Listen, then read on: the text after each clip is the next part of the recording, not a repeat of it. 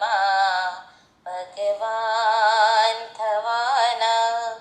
અહો સદે ભાગ્ય અમારા, એક સત પુરુષ આવી મળ્યા. જીનવાણીના રહસ્ય ખોલ્યા, વિતરાગતા સાર ગઈ ગયા. જીનવાણીના રહસ્ય ખોલ્યા, વિતરાગતા સાર કહી ગયા. કુંદ કુંદ નાચો સાચા નંદન, કરીએ આજે તુજની વંદન. કુંદ કુંદ નાચો સાચા નંદન, કરીએ આજે તુજની વંદન. એક સત પુરુષ આવી મળ્યા. સત્ય સ્વરૂપ સમજાવી ગયા,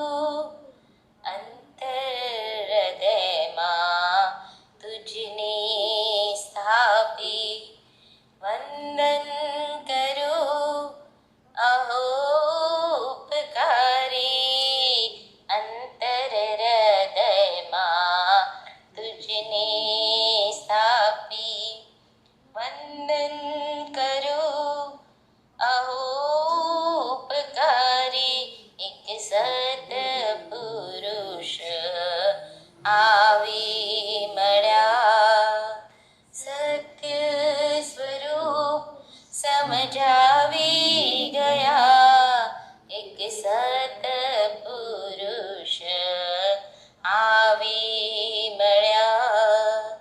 સારે સમયનો બતાવી ગયા, એક સતપુરુષ આવી મળ્યા. ભક્તિ ભાવના છે ને કૃષ્ણ ભક્તિ.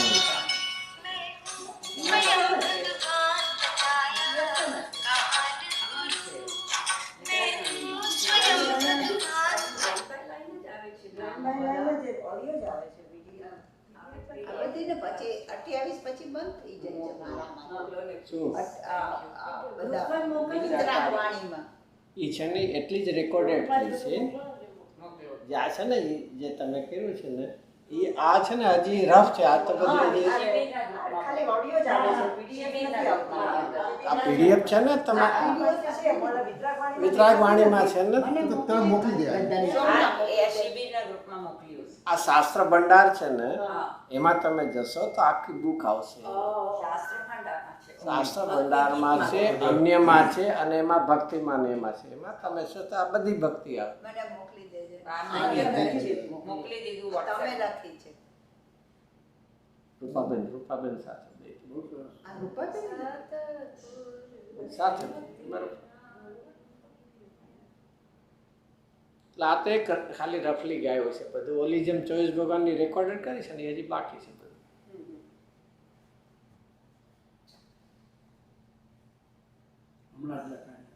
તો પાસ કર્યું બધા? બહુ સરસ. પાસ કર્યું ને?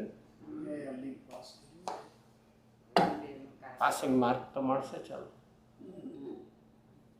ચાલો આપણે હવે ક્યાં પહોંચી ગયા છે? અવ્યક્તના. 3 ત્રીજો ચોથો ખાસ થઈ ગયો કે કારણ કે ઓલું તો પહેલું તો કોનાથી હવે બહુ રિપીટ યાદ રહી ગયું છે ને. પહેલું કોનાથી? પહેલામાં કોણ વ્યક્ત છે? પહેલા કોણ વ્યક્ત છે? જેનાથી ક્ષેત્ર ભિન્નતાથી બધા વ્યક્ત છે. બરોબર? જેનાથી ક્ષેત્ર ભિન્નતા છે એ પછી એમાં લઈ લો છદ્ર સ્વરૂપ લોક. એ કેવું છે? જ્ઞેય છે અને તેથી વ્યક્ત છે. અને હું કેવો છું? નાયક છું માટે અવ્યક્ત. ઓલા બાહ્યમાં છે, હું અંતરંગમાં છું. જ્ઞેય છે, હું નાયક છું, એ વ્યક્ત છે તો હું અવ્યક્ત. ચલો એ તો ક્ષેત્ર ભિન્નતા હતી. હવે આ તો મારી પ્રણતિમાં થાય છે, મારી વિભાવ. અરે બા વિભાવ પ્રણતિ છે પણ એ વેદનમાં આવે છે એટલે તો તને ખબર પડે છે ને. અને એટલા માટે વ્યક્ત છે. એ કસાય ભાવકનો ભાવ એ કેવો છે? વેદનમાં આવે છે. અને વેદનમાં આવે તેથી કેવો છે? વ્યક્ત છે. અને હું એનાથી કેવો છું? જુદો છું. જુદો છું માટે અવ્યક્ત. એમાં દરેકમાં જુદો આવે છે શબ્દ. જુદો છું માટે હું કેવો છું? અવ્યક્ત છું. હવે એનાથી એટલે કે ભાવ ભિન્નતા. હા એટલે ભાવક ભાવ. ભાવક ભાવ. ભાવ ભિન્નતા નહીં. ભાવ એટલે લક્ષણ ભિન્નતા. ભાવ ભિન્નતા પણ ઓલી ક્ષેત્ર ભિન્નતા છે, જ્ઞેય ભાવ છે. આ ભાવક ભાવ છે. અને આ નો ડાઉટ એ વેદનમાં જ આવે છે. એ લક્ષણ ભિન્નતા છે, ઓલી ક્ષેત્ર ભિન્નતા છે. પણ એનાથી દરેકમાં એક કોમન શું લેવું? એને તમે જો વ્યક્ત કહો કારણ કે જ્ઞાનમાં આવે છે, વેદનમાં આવે છે એટલે ખબર પડે છે. ભલે અનુમાન છે તો પણ ખબર પડે છે માટે કેવા છે? વ્યક્ત છે. અને એનાથી હું કેવો છું? જુદો છું. જુદો છું અને માટે અવ્યક્ત. જેની ખબર પડે છે. અચ્છા સોરી, ચલો મેં હાથ કરું છું એટલે ના, કઈ વાંધો નહીં. ખબર પડી જાય ને એટલું સારું.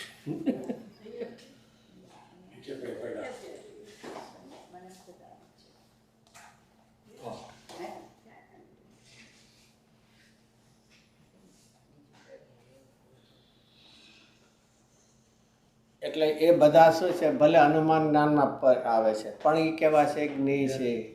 અનુમાન જ્ઞાનમાં આવે છે, ખબર પડે છે અને માટે કેવા છે? એ વ્યક્ત છે. બાહ્ય છે અને વ્યક્ત છે. જ્ઞેય ભાવ છે. અને પણ એનાથી હું કેવો છું?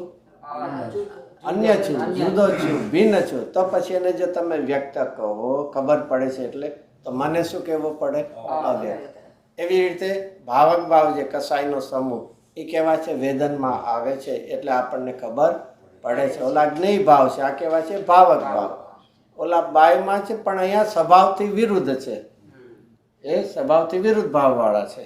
તો એ બધાની ખબર પડે વેદનમાં આવે છે, ઓલા જ્ઞાનમાં આવે છે, આ વેદનમાં. માટે એને કેવા કહેવાય વ્યક્ત. અને હું એનાથી કેવો છું અન્ય અન્ય છું, જુદો છું. ક્યારે મટી જાય પછી હંમેશા. અને તો હું કેવો છું તો હવે તો તમે તો આ તો પડદ્રેવની વાત કરી, રાગાદી જેના સ્વભાવથી વિરુદ્ધ છે એની વાત કરી. પણ પણતીનું શું? પણતી તો કેવી છે? વ્યક્ત છે ને, વ્યક્ત. પણતી કેવી છે? હજી એક સામાન્ય પણતી કહું એટલું ખાલી તો છે ને. પણતી પર્યાય કેવી હોય? તો પછી થયો કે ભાઈ જે પણતી વ્યક્ત છે કઈ હોય? ભૂતકાળની, વર્તમાનની કે ભવિષ્યની? પણતી એટલે વ્યક્ત, પ્રગટ છે, વ્યક્ત છે, કારણ કે એનું વેદન આવે છે તે વ્યક્ત છે. તો પ્રશ્ન થયો કે એ પર્યાય તો વ્યક્ત છે, તો આ દ્રવ્ય વ્યક્ત થઈ ગયું કે નહીં? તો એને માટે કીધું કે ભાઈ પર્યાય કઈ રીતની છે? 3 કાળની, ભૂત, વર્તમાન અને હવે એમાં આપણે ભૂત ભવિષ્યની વાત કરીએ. વ્યક્તની પછી, વર્તમાનની પછી વાત કરશું. તે કીધું ને પર્યાય વ્યક્ત છે, તો આપણે પર્યાય 3 કાળની છે. તો 3 કાળમાં પહેલા ત્રીજા બોલમાં કઈ લીધી? સર્વ વ્યક્તિઓ શબ્દ છે પણ એમાં ખાસ કઈ લેવી? ભૂતન અને ભવિષ્યની. તો હવે વિચાર કરીએ ભૂત અને ભવિષ્યની પર્યાય ક્યાં છે?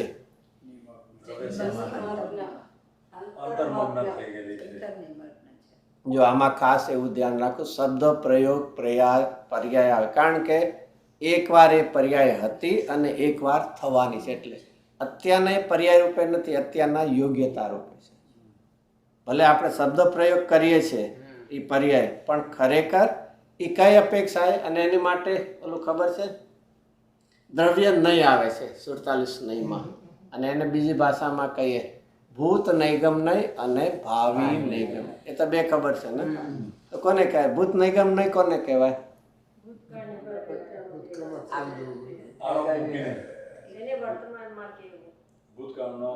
એ પદાર્થ અહીંયા જીવ ઉપર લાગે એમ ને, કોઈના ઉપર લાગુ પડે. એ પદાર્થ ભૂતકાળમાં આવી પર્યાય રૂપે પરણ્યો તો જ લાગુ પડશે. પર્યાય રૂપે ન પરણ્યો તો ન લાગુ પડે. તો પણ એ અત્યારના નથી પણ ભૂતકાળમાં હતી, એ અપેક્ષા એને કહેવાય પર્યાય. તો એ ક્યાં છે અત્યારના? તો ક્યાંય નહીં. તો વહી ગઈ એટલે ગઈ. તો કે એમ નથી. અત્યારના એનો જે અશુદ્ધ ભાવ હતો એ છૂટી ગયો છે, પણ અશુદ્ધ ભાવ હતો એવી યોગ્યતા લઈને એ પારણામિક ભાવે રહેલી છે. અને તેથી દ્રવ્ય અશુદ્ધ નથી થતો. અશુદ્ધતા લઈને નથી ગઈ, અશુદ્ધતાની યોગ્યતા લઈ છે. અને એટલા માટે કોઈને એમ થાય આ તો પર્યાય તો અશુદ્ધ હોઈ ગઈ બધી, તો એમ નથી.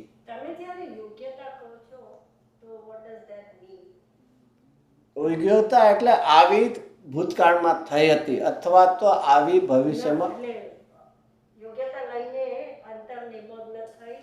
હા, અશુદ્ધતા ગઈ ને.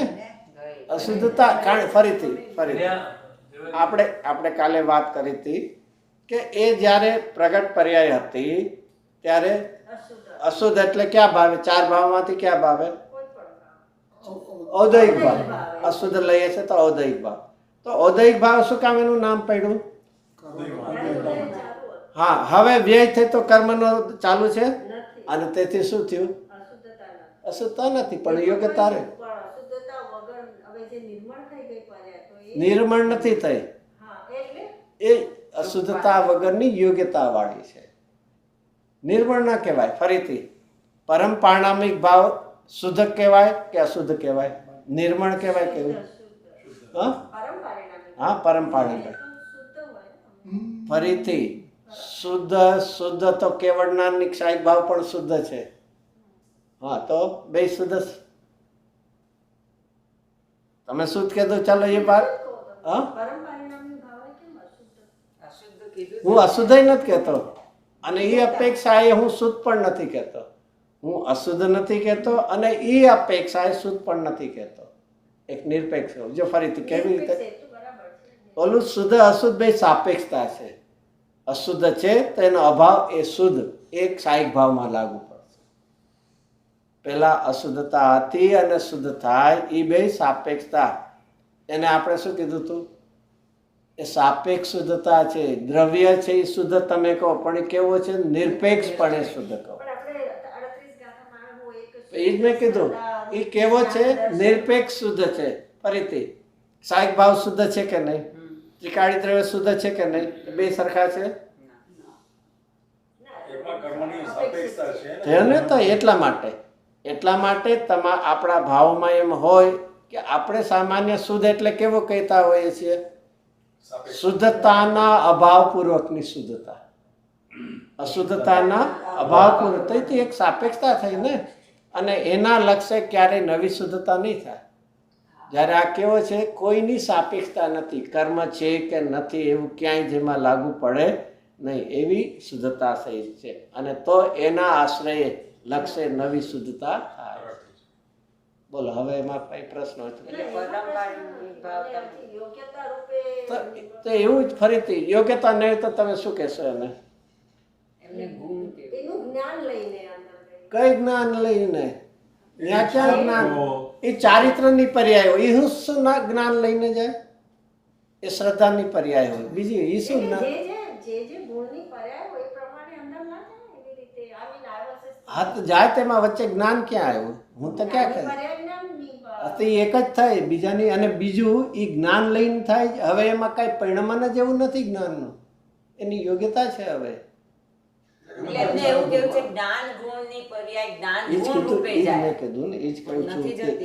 એમાં કોઈ ગુણ રૂપે થાય ને, એકાદ દ્રવ્યમાં જાય છે. એને એમાં જ્ઞાન ગુણની જ્ઞાનમાં જાય, શ્રદ્ધામાં એવું બધું નથી. એવું નથી, દ્રવ્યમાંથી આવે છે. હા તો શું છે એમાં? એ આખી છે ને એના દ્રવ્યની પર્યાય કહી. પછી તો તમે ભેદ કરીને એક એક ગુણનું છે એટલે કહો. બાકી એક એક ગુણમાંથી એમ આવી જાઓ. ફરીથી એક એક ગુણ એટલે શું છે? ને એક અહીંયા ગુણ છે ને બાજુમાં શ્રદ્ધા, એના બાજુ ચારિત્ર. એવું છે કે આખો સર્વાંગે એ દ્રવ્ય છે. અનંત ગુણોનું અભેદપણું છે એ. અને એક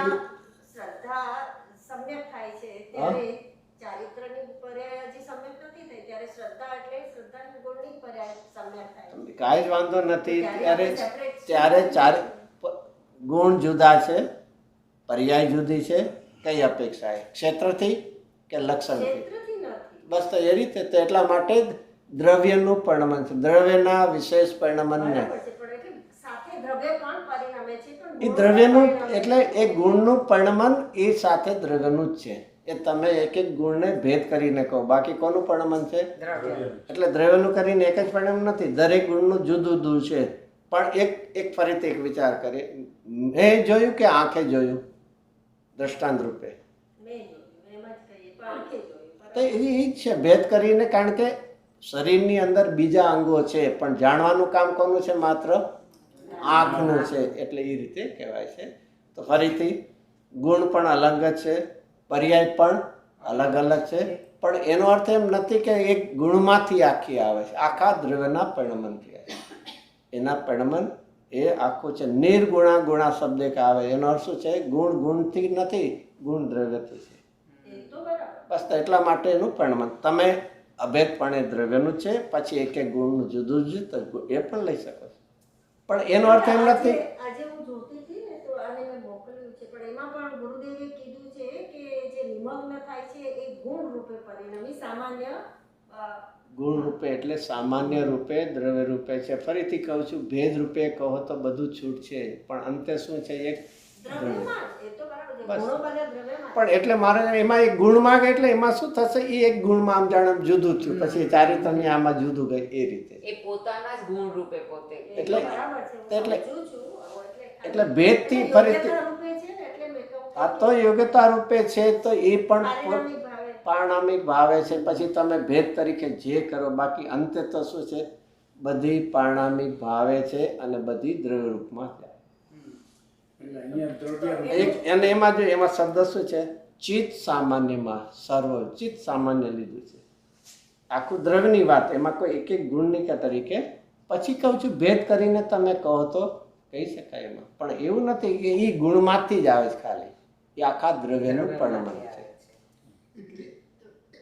તમે જે કીધું એ બહુ મને બેઠું. તો હેમંતભાઈ, મારા અન્ડરસ્ટેન્ડિંગ માટે તો જે વર્તમાન પર્યાય થઈ એનું ઉત્પાદ થયું, પછી વ્યય થઈ ગઈ એટલે એ કર્મ છૂટી ગયું. પણ એ પર્યાય પરિણામ આવી ગયું, જેનું પણ જે પણ ભાવ હતો અને એ લેબલ સાથે એ પાછી વહી ગઈ દ્રવ્યમાં, અને હવે એનું કાંઈ કામ નથી. હવે ઈ જેવી છે એવી જ રહેશે. That it's just got a label and it just is there. એમ સમજાય વિઝ્યુઅલાઇઝેશન એ માટે. છે ને, એ બધું વિઝ્યુલાઇઝ ને આવા શબ્દો છે ને આપણે ન દેવા. આચાર્ય જેટલી મર્યાદાના દીધા હોય ને એટલા આપણે યુઝ કરવા. સી આજે નો ડાઉટ તમે એમ કહો કે સમજવા જોઈએ, ધીસ ઇઝ એ બહુ, પણ બાકી ખરેખર યોગ્યતા એ યોગ્યતા બસ એવી જ એટલા જ. એનો શબ્દાર્થ કે આવું એ રૂપે હતી અથવા તો આવી આ રૂપે થશે, ભાવ લઈને કોઈ એનો ભાવ સમજી લેવાનો. એટલા માટે કહેતો તો એક દ્રવ્ય નહીં છે, દ્રવ્ય નહીંમાં ભૂત નિગમ નહીં આવે છે અને ભાવિ નહીં.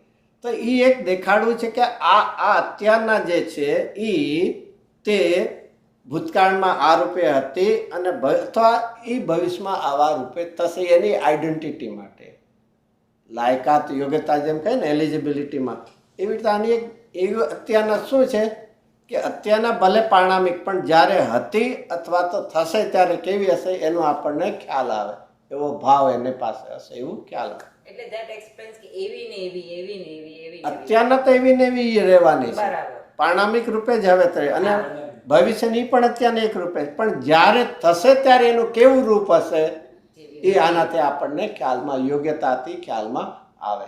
ફરીથી નહીતર એવી જો યોગ્યતા જેવું કાંઈ જ ન હોય ને, ખાલી પારણામિક જ લેશું તો પછી કોઈને પણ મારી ભૂતને ભવિષ્યની પર્યાયનું જ્ઞાન થશે. આવી હતી કેમ ખબર પડશે?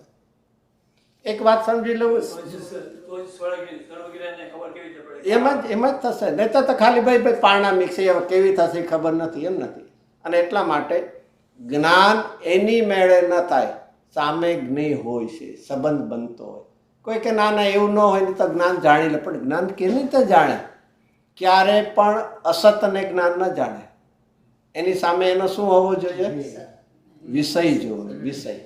અહીંયા કોઈ જ્ઞાન છે પણ સામે કોઈ જ્ઞેય, કોઈ વિષય નથી, તેવું ન બને.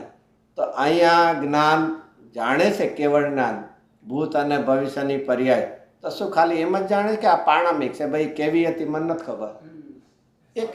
એક બહુ જ વિચારવું, જ્ઞાનમાં ક્યારે મને નથી ખબર એવું જો આવ્યું તો સમજી લેવું અજ્ઞાન હશે. જ્ઞાનને ખબર ન પડે તો બીજા કોને ખબર પડશે? વિષયનું પ્રત્યક્ષ હોવું જરૂરી નથી. પ્રત્યક્ષપણું એ સ્વભાવ છે. અત્યારના આપણે ફરીથી એ શું છે? જ્ઞાનનું પ્રત્યક્ષપણું હોય છે, એ સ્વભાવ છે. અત્યારના આપણું નથી તો અનુમાન છે, તો તેમાં પ્રત્યક્ષ ન હોય એ યોગ્ય છે. શું છે? પણ સ્વભાવ કેવો છે? જાણવું એટલું નથી, કેવું છે? પ્રત્યક્ષપણે જાણવું એ સ્વભાવ છે. આપણો હજી એવો સ્વભાવ પ્રગટ્યો જ નથી, કારણ કે કોઈને કોઈ માધ્યમથી, શું કહેવાય ને, મીડિયમથી જાણીએ છીએ એટલા માટે ફરક છે. પણ જાણવાનો સ્વભાવ તો તમે શું કહ્યું કે જ્યારે જ્ઞાન થાય ત્યારે જ્ઞેય હાજર હોય, પણ જ્ઞેય હંમેશા હાજર ન હોય તો પણ આપણે જ્ઞાન તો થઈ શકે છે. ફરીથી હાજરનો શબ્દ શું કહ્યો છે તમે? પ્રત્યક્ષ સામે. એ જ કહું છું, તમે ઇન્દ્રિય જ્ઞાન માટે કહો છો, કેવળ જ્ઞાન માટે સામે કંઈ નથી. તો એ સ્વભાવ, ફરીથી મેં શું કીધું, વાત કોની ચાલે છે? સ્વભાવની ચાલે છે. ઓકે, ચાલશે? હજી એનાથી થોડુંક કહો, હજી થોડુંક વાંધો નથી. તમે ઇન્દ્રિયને કીધું, મન છે તો મનને માટે સામે હશે એવું જરૂરી નથી. આ તો તમે ખાલી ઇન્દ્રિય પૂરતું લ્યો છો એના માટેની વાત. ચાલો કાંઈ વાંધો, પ્રશ્ન છૂટશે, પ્રશ્નકાંત છૂટશે, જવાબ દેવાની છે. અને બીજું આ યોગ્યતામાં એક વસ્તુ આપણે ખ્યાલ રાખવા જેવી કે શુદ્ધતા હોય છે યોગ્યતા, એટલે અશુદ્ધપણું નથી. એટલે યોગ્યતા શુદ્ધ અશુદ્ધ બે હોય, ત્યારે એ અશુદ્ધતા હોય અને શુદ્ધતા હોય એમ પણ નહીં. શું છે? ત્યારે એક છે ને પારણામિક ભાવમાં પેલું મારું તો બહુ આપણે કહ્યું ને કે દ્રવ્યને અશુદ્ધ નથી કરી દેતું. હા તો નથી કરી, કારણ કે એ અશુદ્ધતા લઈને નથી જતી. એ તો બરોબર છે, વાત એટલી એમ જ છે. એ તો નિમિત્ત સંબંધ આછો છૂટી ગયો છે. પણ પાણામિક ભાવ એટલે સૌથી પહેલું યાદ શું કરવું? નિરપેક્ષ ભાવ. હા, પછી તમે કહો છો એક શુદ્ધ બધું છે, એમાં 73માં બધે અથવા એક નાયક ભાવ બધે આવે છે, એમાં ઈ શુદ્ધતા કઈ લેવી ખાસ એટલા માટે નિરપેક્ષ. ત્રિકાળી, હા, ત્રિકાળીમાં નિરપેક્ષ. પર્યાયમાં લેશો સાપેક્ષ પર, એટલો જરા ફરક એ દેખાડો. પર્યાયમાં પણ પ્રગટ પર્યાય હોય તો સાપેક્ષ, એમ જ છે. પરિણામી ભાવ હોય તો પછી ફરીથી એ તો મેં પેલા કીધું ઈ પર્યાય ન જ કહેવાય. આ તો એક સમજાવવા માટે આપણે પર્યાય શબ્દ વાપરીએ છીએ. ઓલા જેમ છે ને, શેઠનો દીકરો હોય, હજી તો નાનો 8-10 વર્ષનો હોય, બધા એને ક્યાં નાના શેઠ આવ્યો ને, પણ નાનો શેઠ હજી નથી, હજી તો વેપાર ધંધો કરતા નથી આવડતો, શેઠ ક્યાંથી બની ગયો? એટલે આવા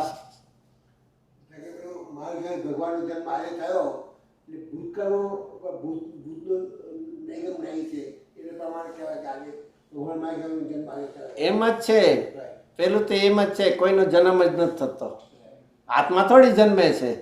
આ તો એક ભૂતકાળની એક ભાવ પૂરો કરીને અહીંયા આવ્યા તો એ બધું કહેવામાં આવતું.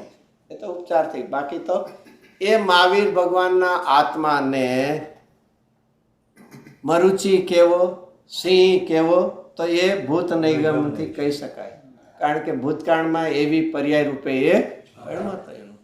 તો ચલો, એટલે કે કહેવાનું એમ થયું કે પારિણામિકની જે આપણે શુદ્ધતા સાથે લઈએ છીએ એની સાથે એને બદલે પારિણામિક એટલે નિરપેક્ષતા લેવાનું છે. એમ કે નિરપેક્ષતા લો તો પ્રગટ પર્યાયની અંદર પણ એ રાગનો સ્ટેમ્પ લઈને તો આવી જ હતી, યોગ્યતા લઈને આવી હતી, એને સામે નિમિત્ત મળ્યું એટલે એમાં રાગ દેખાયો આપણને. પણ હવે એ રાગ હવે એ નિમિત્ત જતું રહ્યું એટલે કાર્ય પૂરું થયું, તો હવે કારણ પણ આમાં આત્મામાં સમાઈ ગયું. તો એ પારિણામિકને તમે પ્રગટ પર્યાય રાગની પર્યાયને પણ પારિણામિક ભાવ કયો એક અપેક્ષા હતી, કેમ કે નિરપેક્ષ છે. એટલે નિરપેક્ષતા સાથે પારિણામિક ભાવ લેવા રાધર દેન શુદ્ધતા, એમ જે મહેન્દ્રભાઈ કહો એમ છે. એટલે તમે શુદ્ધ કહો તો ત્યારે એટલું ધ્યાન રાખવાની, શુદ્ધતા કેવી છે? નિરપેક્ષ. બસ એટલા માટે. જેમ કે હું કેવો છું, સિદ્ધ સ્વરૂપી છું. જો શબ્દ શું આવ્યો? સિદ્ધ સ્વરૂપ જુદું છે અને સિદ્ધ પર્યાય જુદી છે. સિદ્ધ સ્વરૂપ શું છે? નિરપેક્ષ છે. અને સિદ્ધ પર્યાય કેવી છે? સાપેક્ષ. એટલે એ રીતે ભાવ ખ્યાલમાં રાખીને વાત. તો એ રીતે અહીંયા તો આપણે આવ્યું. તો હવે કોની કે પર્યાય તો પ્રગટ હોય છે, તો કે ભાઈ પર્યાય કઈ પર્યાય? સિદ્ધ પર્યાય સાપેક્ષ કીધી તો ત્યાં તો કર્મ તો છે નહીં, કોની સાપેક્ષ? તો બસ તે નથી, ઈ જ એનો અભાવ છે. અભાવરૂપ કર્મ. શું છે? એક મિનિટ. અચ્છા, ક્ષાયિક ભાવ કોને કહેવાય? કર્મના ક્ષય. હા, તો એ તો કર્મનો ક્ષય છે, ખાલી એક જ સમય માટે છે ને. એક સમય પહેલો થયો ત્યારે ક્ષાયિક ભાવ, પછીની પર્યાયનું નામ શું આપશો? શું આપશો નામ? એક વાત ફરીથી, કોઈ પણ ઉત્પાદવય વાળી પર્યાય 4 ભાવમાં આવી જશે. તો સિદ્ધની એક સમયની પર્યાય, કોઈ આ બધા તર્ક કરે કે તમે એને સાપેક્ષ ક્યારે કહો? પહેલી પર્યાય. હા, વેરી ગુડ. પછી તો કાંઈ કર્મ છે જ નહીં. તો હું કહું 4 ભાવમાંથી એને શું નામ આપશો તમે? ઉત્પાદવય વાળી પર્યાય 4 માંથી કોક માન્યતા આવી જ જોઈએ. તો શું તો એનો અર્થ? અને પાછું એમ કહે ક્ષાયિક ભાવ કેવો છે? સાદી અનંત. તો અહીંયા તો તમારે સાદી શાંત થઈ ગયું. એટલે એવું નથી. અને એ પણ હર સમયે કર્મનો અભાવ, કર્મનો અભાવ, કર્મ. તો એક જ સમય પૂરતો છે કે આવું રહે છે કાયમ? અને તેથી એનું નામ શું છે? એક ક્ષાયિક ભાવ છે. એ કેવો છે? સાદી અનંત પ્રવાહ રૂપે છે. તો એ હર સમયે કર્મ કોઈ હોતું જ નહીં. નહીતર એવું જો કાંઈ નહીં માન્ય તો કાર્મણવર્ણના છે એમાંથી આવીને કોઈ કર્મરૂપ પણ નહીં જાય. કાર્મણવર્ણના છે કે નહીં ત્યારે ક્યાંય સિદ્ધ ભગવાનની આજુબાજુ? તો કે ના, એ તો એક સમયની પર્યાયમાં જ ગણાય, એક સમયની સિદ્ધ, પછી કાંઈ ન ગણે. તો એવું નથી. એ કાર્મણવર્ણના હોવા છતાં પણ અહીંયા શું છે? અહીંયા કર્મ નથી, કારણ કે એ રાગ નથી કરતા, એ પૂર્ણ શુદ્ધતા છે. તો એ કર્મનો અભાવ, કર્મનો અભાવ એ પણ ચાલ્યા કરે. નિમિત્ત નૈમિત્તિક સમય ન્યા અભાવ ચાલે છે ને અહીંયા પોતાની એ શુદ્ધતાની પૂર્ણતાની ધારા. એ રીતે નહીં, વાંધો નથી. પ્રશ્ન થાય એનો વાંધો નથી. એમાં શું ચોક્કસ એમ જ છે. પણ સામે સામે કર્મ નથી આવતું, એ છે ને. તો એની ગણાય ને તો પછી કર્મય નથી. અહીંયા તમારે નિર્માતા આવ્યા કરે એક ધારા, અહીંયા એક ધારા કર્મય નથી આવતા, તો એની આવી કે નહીં સાપેક્ષતા બે બંનેની ઇન્ડિપેન્ડન્ટ ઇન્ડિપેન્ડન્ટ એક પૂતગલ છે ને એક ચેન્જ છે, એની ક્યાં ના પાડી, પણ બે ના સર છે કે નહીં અત્યારે. ચાલો તો હવે કઈ પર્યાય એક બાકી રહી? ભૂત ભવિષ્યની તો કરી નાખી, યોગ્યતામાં ગઈ. હવે હા તો ચલો વર્તમાન પ્રગટ તો છે કે નહીં? તો એક મિનિટ, તો ત્રીજા બોલમાં ભૂત ભવિષ્યની પર્યાય નિમગ્ન છે એટલે આત્મા અવ્યક્ત છે એમ ચોક્કસ, કહ્યું? કારણ કે એ વ્યક્ત રૂપ હોત તો અને અંતર્મગ્ન તો આત્મા વ્યક્ત થઈ ગયું હોત. ભૂત ભવિષ્યની પર્યાય જો વ્યક્ત રૂપે હોત, પેલું ફરીથી ભૂત ભવિષ્યની પર્યાય એટલે યોગ્યતા સમજી લેજો. એ ક્યાં છે અત્યારના? હવે ઈ જે છે એ વ્યક્ત રૂપ છે કે અવ્યક્ત રૂપ છે? પર્યાય કે દ્રવ્ય? જે ભૂત ભવિષ્યની પર્યાય યોગ્યતા એ અવ્યક્ત છે. બસ તો એ તો આ અવ્યક્ત પર્યાય અવ્યક્ત છે એમ કહ્યું? ભૂત ભવિષ્યની યોગ્યતા રૂપનું જે છે ભાવ એ અવ્યક્ત મારામાં છે ને, તેથી હું અવ્યક્ત જ રહું છું. તેથી હું અવ્યક્ત છું. ઓલામાં ભીન આવતું તો આમાં ક્યાંય ભીન શબ્દ નહીં આવે. પેલા તેમાં ભિન્નતા લીધી છે ને અહીંયા નથી લીધી ને એટલે કન્ફ્યુઝન થાય છે. એટલે એને વ્યક્ત કે છે ભૂત ભવિષ્યની પર્યાયોને એક વન ટાઈમ દેવ પ્રગટ. એટલે તમે એને શબ્દ ચિહ્ન માત્રમાં સર્વ વ્યક્તિઓ જે શબ્દ છે ને એ વ્યક્તિઓ એના માટે તમે કીધું એમ કે એકવાર હતી ત્યારે કેવી. એનો પ્રશ્ન હતો ને એટલે. હા તો એને જ મેં કીધું કે અત્યારની કેવી છે ભૂત ભવિષ્યની. અંતર્નિમગ્ન છે. નિમગ્ન થઈ ગઈ તો પછી- because they why they are વ્યક્ત. જ્યારે વર્તમાન હોય તો પ્રગટ જ હોય, હા. અને એટલા માટે ચોથો બોલ આવશે. અહીંયા સર્વ વ્યક્તિઓએ કહીને શું કહેવું હતું કે એક વારી કેવી હતી? પ્રગટ પર્યાય રૂપે. પણ અત્યારના કેવી છે કે યોગ્યતા રૂપે. તો પ્રગટ હતી ત્યારે વ્યક્ત હતી, અને અત્યારના કેવી છે?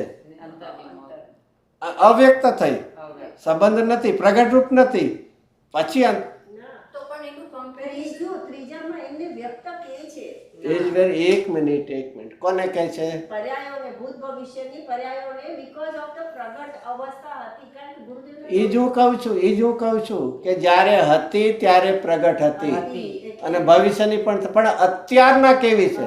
બસ તો એની વાત છે થઈ ગઈ છે. કે એ જે પર્યાય હતી, તું જેને કહે ને પર્યાય વ્યક્ત હોય જે છે ને સામે તર્ક, ભલે નથી પણ એક સામે તર્ક લઈને કે તમે અહીંયા જ્ઞેયને જુદા પાડ્યા, આને પણ પર્યાય તો પોતાની તો વ્યક્ત છે. તો કે ભાઈ જે વ્યક્ત જેને તું કહે છે ને એને આપણે જોઈએ કે ભૂત ભવિષ્યની વ્યક્ત નથી, હતી ત્યારે હતી. અને તું જેને કહે છે વર્તમાન પર્યાય પ્રગટ છે, એની કોણે ના, એનો ચોથા બોલમાં આન્સર આવશે. પણ હેમંતભાઈ અહીંયા થયું છે શું, પહેલા બોલમાં આ બધી વસ્તુઓ વ્યક્ત છે માટે હું એનાથી ભિન્ન અવ્યક્ત છું એમ લીધું પહેલા બે બોલમાં, અને આ ત્રીજા બોલમાં આ પર્યાયો અવ્યક્ત છે માટે હું અવ્યક્ત. પછી એ જ કહેવું તું કે એ પર્યાય છે એટલે વ્યક્ત સામાન્ય એવો અભિપ્રાય આવે. તો એમાં કીધું કે જે પર્યાય વ્યક્ત કહેવાય એ ત્રણેયને માટે અત્યારના નથી. હતી ત્યારે તો કોઈ પણ પર્યાય નહીં, પણ અત્યારના કઈ છે? તો કે અત્યારના ફરક પડે છે કે વ્યક્ત રૂપે કોણ છે? એક વર્તમાન જ છે. ભૂત ભવિષ્યની કેવી છે? નથી, નહીં. બરાબર બરાબર છે. પણ એ કમ્પેરિઝન બેસતું નથી. હવે નો બેસે તો હવે સર્વ વ્યક્તિઓ ફરીથી એક સામાન્ય પર્યાય એટલે શું? પ્રગટ. બરોબર. તો એના ઉપરથી પ્રશ્ન, તો પર્યાય તો પ્રગટ હોય છે, તો એના ઉપરથી કીધું કે જો પર્યાય પ્રગટ છે એમાં વિચારીએ કઈ પર્યાય ત્યાંના પ્રગટ રૂપ હોય? ત્રણેય કાળની પ્રગટ હોય, વર્તમાન છે. તો ભૂત ભવિષ્યની કેવી છે? પ્રગટ છે કે અપ્રગટ છે? પ્રશ્ન તો અપ્રગટ છે. તો અપ્રગટ અત્યારના ક્યાં છે? યોગ્યતા રૂપ દ્રવ્યમાં છે. તો અવ્યક્તપણું મારામાં છે, માટે હું એના સહિત વ્યક્ત નથી થતો. મારામાં જે છે એ કોણ છે? વર્તમાન વ્યક્ત પર્યાય છે કે જે એક વાર હતી અને થશે, પણ અત્યારના કેવી છે? પ્રગટ રૂપ નથી, પણ એ યોગ્યતા રૂપની છે. તો એ યોગ્યતા રૂપની અવ્યક્ત પર્યાયો ભૂત ભવિષ્યની ક્યાં છે? મારામાં છે. અને તેથી હું કેવો છું? ભૂત ભવિષ્યની પર્યાયની યોગ્યતા વાળો અપ્રગટ છું, અવ્યક્ત છું. પ્રગટ હતી ત્યારે જો મારામાં થઈ જતી તો હું વ્યક્ત થઈ જાત. એ હવે ચોથામાં આવે. એટલે કે ભૂત ભવિષ્યની અવ્યક્ત રૂપ પર્યાય એ દ્રવ્યમાં નિમગ્ન થઈ ગઈ છે એટલે એ દ્રવ્ય અવ્યક્ત રૂપે જ રહ્યું છે, અવ્યક્ત રૂપે રહ્યું છે. પર્યાયની મુખ્યતાથી પર્યાયના સાધન લઈને દ્રવ્યનો અવ્યક્ત કરો. એટલે એ જ્યારે હતી ત્યારે પણ અત્યારના કેવી છે? અવ્યક્ત રૂપ છે. અને અવ્યક્ત રૂપ ભૂત ભવિષ્યની પર્યાય યોગ્યતા વાળી એ મારામાં છે, માટે હું અવ્યક્ત રહી ગયો છું. પ્રગટ પર્યાય મારામાં આવી ગયો તો હું કેવો થઈ જાત? વ્યક્ત થઈ. તો બીજી રીતે કહેવાય કે બોલો બોલો આમાં બોલો. લખેલું છે. હા બોલો બોલો. Read it. આ તે એક જ્ઞાનની વાત લીધી. એવી અનંત ગુણની હું આત્મા કહું છું. ચિત્ત સામાન્ય જે વસ્તુ છે તેમાં ચૈતન્યની સર્વ પ્રગટ દશાઓ પ્રગટ તો પર્યાય હતી ત્યારની અપેક્ષા છે. ભૂતકાળમાં હતી, ભવિષ્યમાં થશે એ અપેક્ષાએ પ્રગટ કીધું. આ તો એ જ કહું છું, પર્યાય શબ્દ છે એટલે વ્યક્તિ કીધી શું છે, પણ અત્યારના ભૂત ભવિષ્યની વ્યક્ત નથી. પણ આ બોલ માટે એમણે અલગ કરે છે કે દ્રવ્ય જે અવ્યક્ત ભેદ પાડ્યો છે પેલા જ્યારે બોલમાં. ઓલી પર્યાયો પ્રગટ હતી એમ.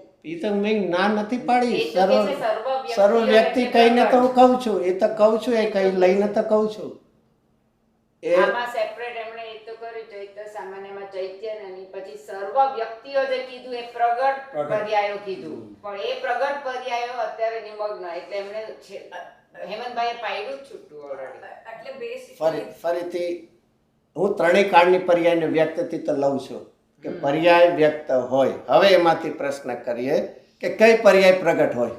વર્તમાન એક જ પર્યાય. બસ તો પતી ગઈ, વાત થઈ ગઈ ને. તો પછી એ હતી ત્યારે વ્યક્ત હતી, કોઈની ના નથી, અને જ્યારે થશે ત્યારે પણ થશે. પણ અત્યારની કેવી છે? ભૂત ભવિષ્યની તો નિમગ્ન થઈ ગઈ. નહીં ને પછી કેવી છે? વ્યક્ત રહીને નિમગ્ન થઈ છે. હવે તો અવ્યક્ત. તો એ જ કહું છું, મારામાં ભૂત ભવિષ્યની પર્યાયો અવ્યક્ત યોગ્યતા વાળી મારામાં પડી છે એટલે હું ક્યારે વ્યક્ત નથી થતો. મારામાં કોણ છે? અવ્યક્ત રૂપ છે. અને તો કે વ્યક્ત છે ને એનો હવે આવશે ચોથો કે હું એટલો માત્ર નથી. તમે આની વાત એટલે આમાં કરો. શું થયું છે હેમંતભાઈ?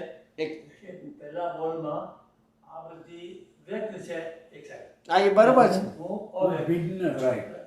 બીજામાં બી એમ છે. ત્રીજામાં તમે એમ કહો છો કે જે ભૂત અને ભવિષ્યની જે પર્યાયો છે એ વ્યક્ત છે અને અવ્યક્ત છું એમ નહીં. અવ્યક્ત છે. એમ જ છે, એમ જ છે. એમ જ છે. જો પહેલામાં બહુ ઇઝી એટલા માટે પડે છે, એક અસ્થિ થાય છે ને આ નાસ્તિ છે. અહીંયા કહે છે કે અવ્યક્ત મારામાં છે માટે હું અવ્યક્ત છે. અહીંયા અસ્થિ નાસ્તિ નથી. અહીંયા છે ને સંબંધ જે રીતના બદલાયો ને અહીંયા શું છે? અહીંયા ખાલી અસ્થિ કે મારામાં શું છે? અવ્યક્ત.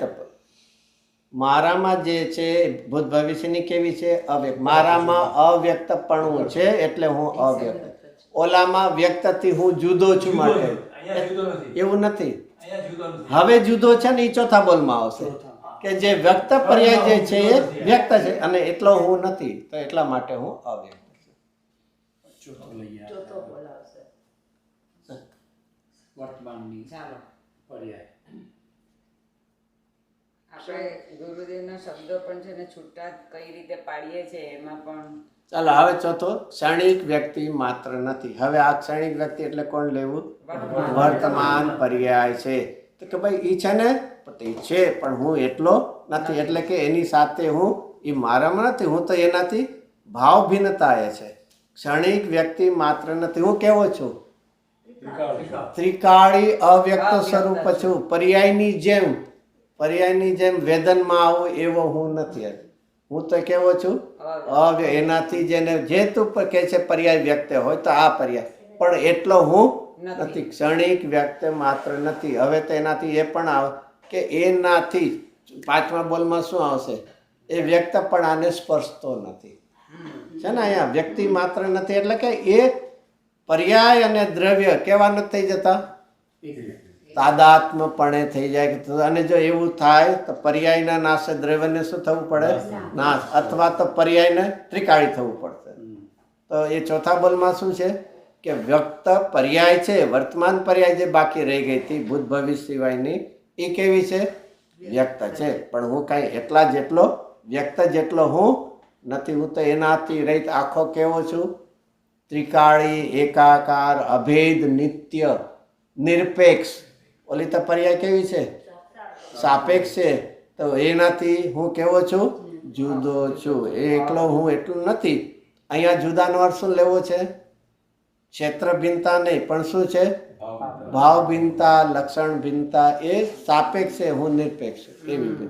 અને તેથી હવે ચોથા બોલનો સિમ્પલ, હું સાપેક્ષ ક્ષણિક વ્યક્તિથી જુદો છું માટે અવ્યક્ત છું. બસ ઓલામાંથી જુદો જુદો આવતું હતું ને, તો આમાં આવી શકે આવી રીતે. વર્તમાન વ્યક્ત સાપેક્ષ પર્યાયથી હું જુદો છું માટે હું કેવો છું? વર્તમાન સાપેક્ષ વ્યક્ત પર્યાયથી હું કેવો છું? જુદો છું માટે હું કેવો છું? કારણ કે જે વર્તમાન પર્યાય હોય ઉત્પાદન વાળી નિયમથી કેવી હોય? સાપેક્ષ હોય. કર્મનો સદ્ભાવ હોય કે કર્મનો અભાવ હોય. તો જે વર્તમાન વ્યક્ત સાપેક્ષ પર્યાય છે એનાથી હું કેવો છું? જુદો છું માટે હું કેવો છું? હવે પછી પાછો કોઈ તર્ક કરે. શું તર્ક કરે? કાંઈ ચાલો તમે ભૂત ભવિષ્યની પર્યાયને તમે કહી દીધી તો અવ્યક્ત છે એટલે તારામાં. હવે વર્તમાન પર્યાય તો વ્યક્ત. કાંઈ નહીં, પણ વ્યક્ત અવ્યક્તનું બેનું જ્ઞાન તો સાથે થાય છે કે નહીં? અને તેથી એટલું વ્યક્ત સાથે મને શું થઈ ગયું? થોડોક સંબંધ થઈ ગયો કે નહીં? હું થોડોક અડધો પણ આમ આ ચોથા બોલમાં જ્યારે કહે છે કે ક્ષણિક વ્યક્તિ માત્ર નથી, એનો અર્થ એમ પણ થાય કે એક ક્ષણ માટે જે એક સમય માટે જે પર્યા થઈ તો હું એટલો જ નથી. તો એમાં જ કીધું ને, હું એનાથી પરિપૂર્ણ છું. પણ એ પરિપૂર્ણ કેવો છું? એનાથી જુદું જાત, મારી જાત. એ રીતે એ સાપેક્ષ છે, હું નિરપેક્ષ. એટલે એનાથી હું જુદો છું. હું એટલો જ નથી તો કે આમાં તો કઈ એટલાય નથી કાંઈ ને, પણ એની સાથે એકમેક છો તો એમ નથી. એ કેવી છે? એક સાપેક્ષ છે, ક્ષણિક છે, અને એની સામે હું કેવો છું? નિરપેક્ષ છે. એ રીતે કરીને એનાથી સહિત એટલો જ મારું અસ્તિત્વ એટલું જ નથી. મારું અસ્તિત્વ કેટલું છે? ત્રિકાળી. પણ એ ત્રિકાળી અસ્તિત્વ કેવું છે? અવ્યક્ત ત્રિકાળી છે. અને એ પર્યાય કેવી છે? સાપેક્ષ વ્યક્ત એક સમયની છે. એટલે એ રીતે બેના ભેન થયા ને, લક્ષણ ભેન થયા ને. એ એક સમયની છે, સાપેક્ષ છે અને વ્યક્ત છે. અને એની સામે હું નિરપેક્ષ છું, હું અવ્યક્ત છું અને નિત્ય ત્રિકાળી છે. એ રીતે કરી. તો હવે આમાંથી પાંચમો બોલ. આ બોલ આગળ જે આવ્યો ને આ રસનો બોલ, એનાથી કંઈક આની સાથે કંઈક લિંક લાગે? કંઈક પાંચમો બોલ અહીંયા નોલામાં પણ, હા એમાં પણ લગભગ એમાં પણ ચોથો હશે. એ અહીંયા સ્પર્શ આવી ગયો. ઓલામાં ચોથામાં રસ રૂપ ગંધ સ્પર્શ. એમાં છ ભાગ થાય છે. એમાં પણ છે કે બધા વિષયો સાથે રસનું જ્ઞાન થવા છતાં પણ એકલા રસ નથી. એમાં શબ્દ પાંચમો હશે કદાચ. જો પાંચમો વાંચો છે કોઈ પણ સ્પર્શ રસમાં કોઈ પણ વાત અથવા આમાં દેખાતો જ કોઈ નામાં પણ લાગુ પડશે. પાંચમો લગભગ બોલ, 6 માંથી પાંચમો બોલ. જો પાંચમો શું છે? જો આવ્યું, સકલ વિષયોના વિશેષોમાં સાધારણ એવા એક જ સંવેદન પરિણામ તેને સ્વભાવ હોવાથી તે કેવળ એકને સ્પર્શાદી નથી કરતો છે. એમ અહીંયા કોનું જ્ઞાન થાય છે? વ્યક્ત અવ્યક્ત બેયનું. અને છતાં વ્યક્તને સ્પર્શતો નથી. એમ અહીંયા શું છે? બધાનું જ્ઞાન થાય પણ એકનું જ રસનું જ્ઞાન કરું કે સ્પર્શનું જ્ઞાન કરું છું એવું નથી છે.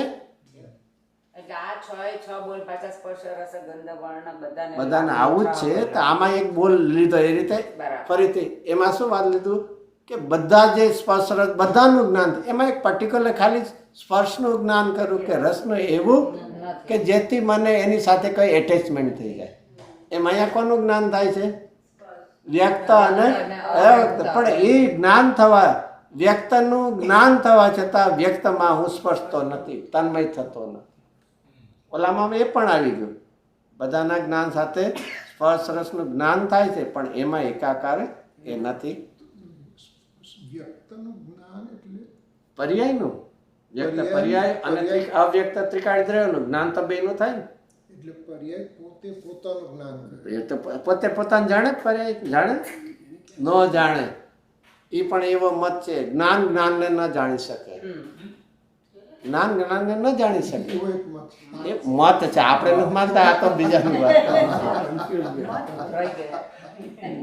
વર્ડ મિસ થઈ જશો.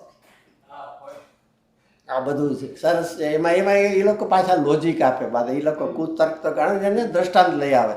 અને એટલા માટે બહુ જ એલર્ટ રહેવું. દ્રષ્ટાંત સાચો છે એટલે સિદ્ધાંત સાચો એવું ન. એ કે શું દ્રષ્ટાંત છે? તમારી આંખ તમને આંખને જાણી શકે? તો જો કીધું છે કે નહીં, એના માટે શું જોશે? અરીસો જો, બીજી આંખ અથવા અરીસો જોશે ને. એવી રીતે જ્ઞાનને ન જાણે, જ્ઞાનને જાણવા માટે બીજું જ્ઞાન જોશે. કેટલું ઇઝી બાપરે નહીં. આવું બધું આપણી બહુ જાગૃતિ જોઈએ.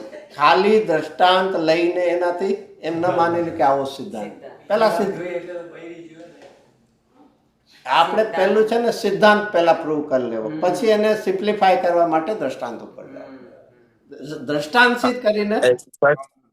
હા, બોલો. હા, Chirag, you have a question? તમે કદાચ ઓલરેડી કવર કર્યું છે, પણ સિદ્ધ ભગવાનને લઈએ તો એમનો સ્વભાવ પૂરો પ્રગટ કર્યો હોય કમ્પ્લીટલી, તો એમને પોતે એમને જોઈને અવ્યક્ત કહેવાય એમને. અને બીજું કે એમને ત્રિકાળી જ્ઞાન હોય, કેવળ જ્ઞાન હોય, તો ત્રણેય કાળની પર્યાય જાણતા હોય, તો એ અપેક્ષાથી ભૂતકાળ ને ભવિષ્યકાળની પર્યાયને અવ્યક્ત કહેવાય. એટલે એમના સ્વભાવને વ્યક્ત કહેવાય કે અવ્યક્ત કહેવાય? અને એમના જ્ઞાનમાં ત્રિકાળ જ્ઞાન છે એટલે ઈ ભૂત ને ભવિષ્યકાળની પર્યાયને તોય અવ્યક્ત જ કહેવાય. આમાં બેની કમ્પેરિઝન છે. એક ત્રિકાળી સ્વભાવ છે અને એક વ્યક્ત પર્યાય છે. હવે એમાં તમે વ્યક્ત કોને કહેશો? પ્રગટ રૂપ પર્યાય. ચાલો તમને વ્યક્ત પછી શબ્દ વાપરે, પણ વર્તમાન પર્યાય પ્રગટ છે એટલું તો પાકું ને. અને એની અપેક્ષા એ ત્રિકાળી દ્રવ્ય કેવો છે? એના જેવો પ્રગટ છે? એમાં તો એવું છે જ નહીં. એ તો એ અવ્યક્તપણે. કોની કમ્પેરિઝનમાં? ફરીથી આ પહેલું જ લીધું હતું. અહીંયા કોઈની કમ્પેરમાં એને વ્યક્તપણે સિદ્ધ કર્યા તો એનાથી ભિન્ન છે, એને અવ્યક્ત કર્યા. બાકી ત્રિકાળી પોતાનો સ્વભાવ, સિદ્ધ સ્વરૂપ સ્વભાવ એ કેવો છે? પોતે પોતાથી વ્યક્ત પ્રગટ જ છે. અહીંયા આખી કોની સાથે? બીજા સાથે કમ્પેર થાય છે. અને આમ કહીને પણ શું આપણે લીધું તો બધું શું કીધું હતું કે આ બધા જે વ્યક્ત છે, બધા સાપેક્ષ છે, એના લક્ષ્ય તને અવ્યક્ત આત્મા નહીં મળે. તને આ બધા જે બાહ્યમાં જે વ્યક્ત છે બધા એના લક્ષ્ય કરવા જાય તો તને અંદરમાં ત્રિકાળી શક્તિ સામર્થ્યરૂપ સ્વભાવિક કેવો છે તને હાથમાં નહીં. એટલા માટે એને અંતર્મુક્તા કરવા માટે આને બધાને શું કીધા? બાકી સિદ્ધની પર્યાય. સિદ્ધની પર્યાય શું? કોઈ પણ પર્યાય વર્તમાનથી કેવી કહેવાય? વ્યક્ત પ્રગટ કહેવાય. પ્રગટ છે એટલે વ્યક્ત કહેવાય. સિદ્ધ ભગવાનનું જ્ઞાન પણ શું? આર્યન ભગવાનનું પણ જ્ઞાન છે, એ તો પર્યાય છે. વર્તમાન તો એ અપેક્ષા એ પ્રગટ છે, વ્યક્ત છે. પણ જેમ આવ્યું કે એક સમયની પર્યાય જેટલો હું નથી, તો એનાથી એ વ્યક્ત છે, એ સાપેક્ષ છે, એક સમયની છે. તો એની અપેક્ષા એ હું ત્રિકાળી છું અને હું નિરપેક્ષ છું, તો એ અપેક્ષા એને તમે પ્રગટ વ્યક્ત કીધી, તો અહીંયા તને અવ્યક્ત કહેવામાં આવે છે. તો હવે એનાથી આગળ પ્રશ્ન આવ્યો કે બેનું જ્ઞાન તો સાથે થાય છે ને, તો વ્યક્તનું જ્ઞાન કરતા કરતા એમાં શું થઈ જાય? તન્મય પણ થઈ જાય ને. કઈ ગુજરાતીમાં ન કઈ ક્યાંક છેડા અડી જાય ને. કેમ ન અડે? એ તમે કહો છો આમ પણ કરે ને. અરે ભાઈ, જાણવું છે એ કાંઈ હંમેશા તન્મય છે પરને જાણજે ને. એમ અહીંયા આનું જ્ઞાન થવા છતાં દ્રવ્ય દ્રવ્ય રૂપે છે, અવ્યક્ત રૂપે છે. કોઈ ક્યારે વ્યક્ત રૂપે થઈ જતું? ક્યારની વાત છે આ? વ્યક્તનું જ્ઞાન થવા છતાં પણ જે વાંચીએ આગળ વાંચ શું વાંચીએ છીએ પાછળ જરા પોતાથી બાહ્ય અભ્યંતર સ્પષ્ટ એ છઠ્ઠો બોલ આવી ગયો અહીંયા હજી આગળ આગળ આગળ એમાં લાસ્ટ લાઈન વ્યક્તપણું અને અવ્યક્તપણું આ બધું ગુરુદેવ તો બહુ એક એક શબ્દના ખુલાસા કર્યો. વ્યક્તપણું એટલે શું લેવું? પર્યાય. અને અહીંયા પણ ખાસ કરીને કઈ પર્યાય લેવી? વર્તમાનની. ઓલી તો બધી અવ્યક્ત એટલે એનું તો ત્રીજા બોલમાં પૂરું થઈ ગયું. હવે ચોથાથી જ આગળ વધીએ તો ચોથામાં કોની વાત હતી? વર્તમાન વ્યક્ત પર્યાય. તો અહીંયા પણ હવે કહે છે કે વર્તમાન વ્યક્તપણું.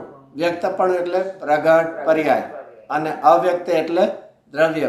ભેળા. ભેળા એટલે એકબીજા કે એમ નહીં એક સમયે. ભેળા એટલે એકરૂપ થઈ ગયા છે એમ ને. અને એકરૂપ થઈ ગયા હોત તો બે વ્યક્ત થઈ જાત અથવા બે અવ્યક્ત થઈ જાય. તો ભેળા. ભેળા એટલે એક જ સમયે એકી સાથે મિશ્રિત રૂપે. ભેળા મિશ્રિત એટલે એકમેક થઈ જાય છે એમ નથી. તન્મય થઈ ગયા છે એમ નથી. અને તન્મય થઈ ગયા તો વ્યક્ત અવ્યક્ત બે નામ ક્યાંથી આવ્યા? તો બે નામ છે તો શું છે? બેના ભાવ ભિન્ન છે. હા, એનું જ્ઞાન એક સાથે એક સમયમાં. તો એને પ્રતિભાસવા છતાં પણ તેને એટલે જ્ઞાનમાં જણાવવા છતાં પણ શું થાય છે?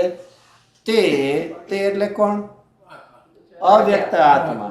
જે ત્રિકાળી આત્મા. જો એક એક સ્ટેપમાં વ્યક્ત અવ્યક્તપણું બેયનું એક સમય. હા, કોઈ એમ કે આગળ પાછળ થાય તમને વાંધો નથી તો મિક્સ ન થાય. પહેલા સમયે વ્યક્તનું જ્ઞાન, બીજા સમયે અવ્યક્તનું જ્ઞાન તો જુદા રહે. પણ આ તો બે કેવા છે? એક જ સાથે એક જ સમયમાં એક જ પર્યાયમાં એ પ્રતિભાસવા એટલે જણાવવા છતાં જાણવા છતાં પણ. એ છતાં શબ્દ કહીને શું છે? શું કર્યું? આવી હકીકત છે એ અપેક્ષાએ પણ બીજી અપેક્ષાએ જોઈએ તો શું છે એમ. આવું છે બે સ્થિતિ છે.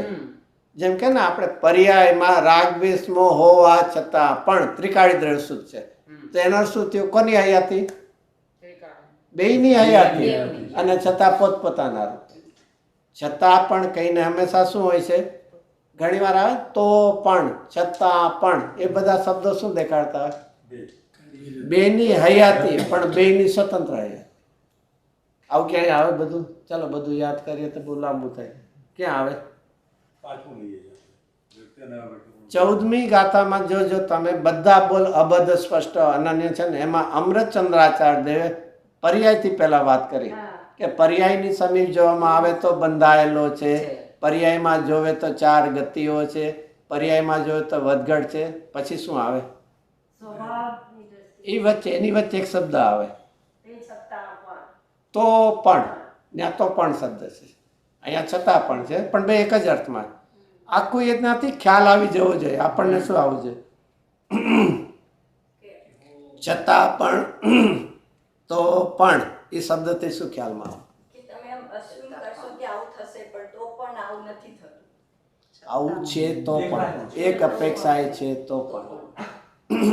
કોઈને પાસે ગયા હોય આ ભાઈ આમ તો શાંત સરળ બધા છે પણ એમ કહીને કંઈક બીજું તો એનો અર્થ શું છે? બેયની હયાતી છે પણ એકબીજાથી જુદું છે. કે શાંત સરળ છે તો પણ એટલે કોઈના માટેની વાત નથી. આ તો એક સામાન્ય આવું થોડુંક વ્યાકરણ હોય ને તો બહુ જ ક્લિયર કટ થાય આપણને. તો અહીંયા શું કર્યું? છતાં પણ કહીને શું કહેવાનું? શું હતું? કે ખાલી ખાલી બે જણાય છે એટલું જ નહીં, બે સાથે જણાવવા છતાં બે એકરૂપ નથી. છતાં પણ કહીને શું છે? બે કેવા છે? એક સાથે એક જ સમયમાં. કોણ? બે. બે કોણ? વ્યક્ત હજી હું એમ બોલવાનું પછી ઓલું આટલા જેનાથી આગળ આમ વધારે ક્લિયર થશે. બીજું કાંઈ નહીં. તો વ્યક્ત પણ એટલે વર્તમાન પ્રગટ પર્યાય વ્યક્ત. અને એ જ સમયે ત્યાં ત્રિકાળી એની અપેક્ષાએ અવ્યક્ત એવું દ્રવ્ય એ બે એક જ સમયમાં એક જ જ્ઞાનની પર્યાયમાં જણાવવા પ્રતિભાસે છે એટલે જણાય છે તો પણ છતાં પણ તે એટલે અવ્યક્ત ત્રિકાળી દ્રવ્ય વ્યક્તપણાને સ્પર્શતો નથી. એટલે આ જ્ઞાનને જો આ રીતે હર સમયે પણ ભલે ઉપયોગાત્મક ન હોય અને છતાં પણ હોઈ શકે છે. એવું છે કે સવિકલ દશામાં શુદ્ધ નહીં હોય કે ન હોય? તો શુદ્ધ નહીંનો વિષય કોણ છે? તો આવે છે ચાલુ છે કે નહીં? એક સવિકલ દશામાં પણ જ્ઞાને જો જ્ઞાયકનું અવલંબન છોડી દીધું તે સમ્યક જ્ઞાન શું રહેશે? એટલે હર સમયની વાત છે. ઉપયોગાત્મક નથી એ વાત સાચી છે, કારણ કે છદ્મસનો ઉપયોગ એક સમયે તો એક જ રૂપ હોય, એક જ. એટલા માટે એ નહીં, પણ આ એક સામાન્ય સવિકલ દશામાં પણ એ છે નહીં. ઉપયોગાત્મક કામ ન કરી શકે, બાકી ઉપયોગ બહિર્મુખ છે છતાં પણ લબ્ધ રૂપે તો ચાલુ છે કે નહીં? નહીં તો એ જ્ઞાનનું નામ સમ્યક ભેદનાન ક્યારે થાય? ચાલો, જ્ઞાનીને ભેદનાન ક્યારે હોય? સવિકલ દશામાં કે નિર્વિકલ દશામાં? તો એનો અર્થ શું થયો? હું જ્ઞાયક છું, ધારા ચાલુ છે ને, લબ્ધરૂપની ચાલુ છે કે નહીં? એ રીતે અહીંયા ફરીથી વ્યક્તપણાને સ્પર્શતો નથી, કારણ કે વ્યક્તપણાને સ્પર્શે તો એમાં તન્મય થઈ જાય, તો જે વ્યક્ત પર્યાય છે તો હું પણ વ્યક્ત થઈ જાય. આ જે વ્યક્તપણું લીધું એ જ્ઞાનની પર્યાય જે વ્યક્ત વર્તમાનની પર્યાયને જાણે છે ને દ્રવ્યને પણ જાણે છે, એ બંનેનું મિક્સ જ્ઞાનની પર્યાય. વ્યક્તપણામાં બધી લઈ લ્યો, જાણે છે એમાં ખાલી જ્ઞાન આવે. શું છે? વ્યક્તપણામાં કોઈ પણ પર્યાય લઈ શકે, એમાં એવું કઈ જ્ઞાન નહીં, પણ જાણે છે એમાં તો જ્ઞાન જ આવે ને. એ તો સિમ્પલ છે ને. પણ જાણે નથી લખ્યું, વ્યક્તપણાને સ્પર્શતો નથી. અરે પણ પ્રતિભાસવા લખ્યું છે કે નહીં? તો શું આવ્યું? એટલે જ્ઞાન નહીં આવી ગયું. ઓકે, કાંઈ કાંઈ છૂટવાની બહુ ક્લિયર કટ છે. આપણે છે ને શાંતિથી કરીએ તો બહુ જ આપણને.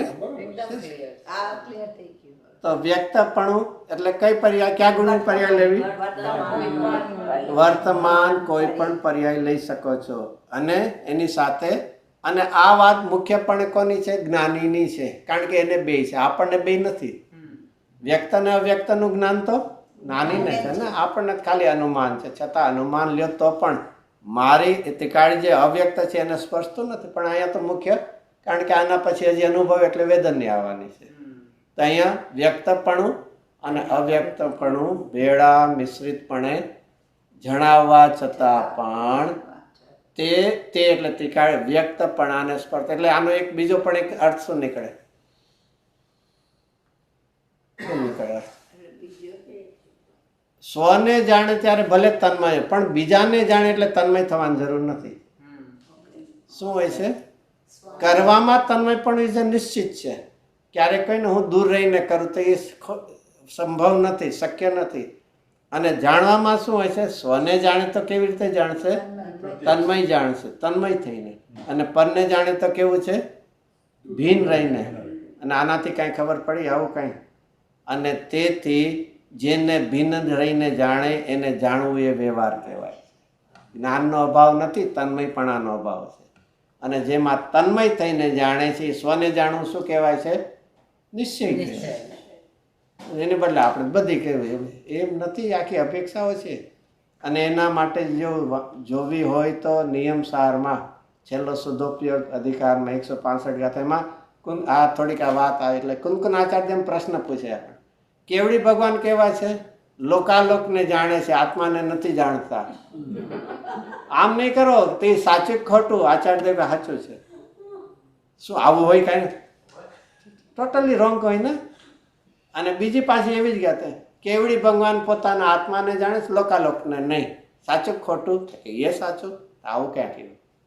આખી એની શૈલી વિચારવું છે કે જ્યાં પરની અપેક્ષા છે ને, પરાશ્રિત વ્યવહાર, સ્વાશ્રિત નિશ્ચય, તો પરને જાણે એવી અપેક્ષા આવી માટે એનું નામ શું કીધું? વ્યવહાર.